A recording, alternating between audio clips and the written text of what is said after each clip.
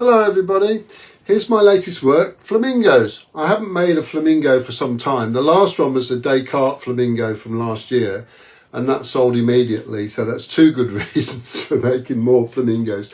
This time I wanted two, because when you've got two you have a relationship between them, don't you? The first one was this one, and then I adapted this drawing so that they're embracing each other basically. She's tucked her head under his bill. It's rather nice. I think there's a nice intimacy to it. The pink and the turquoise are complementary, of course. Lovely fantasy flora. If you ask me what any of these are, I don't know. But it just creates a very sort of romantic setting for them. And as usual, that's reflected in the verse, which goes like this.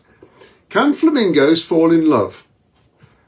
Well, can flamingos fall in love? It really makes me think. Or is it all about the shrimp that keeps them glowing and in the pink?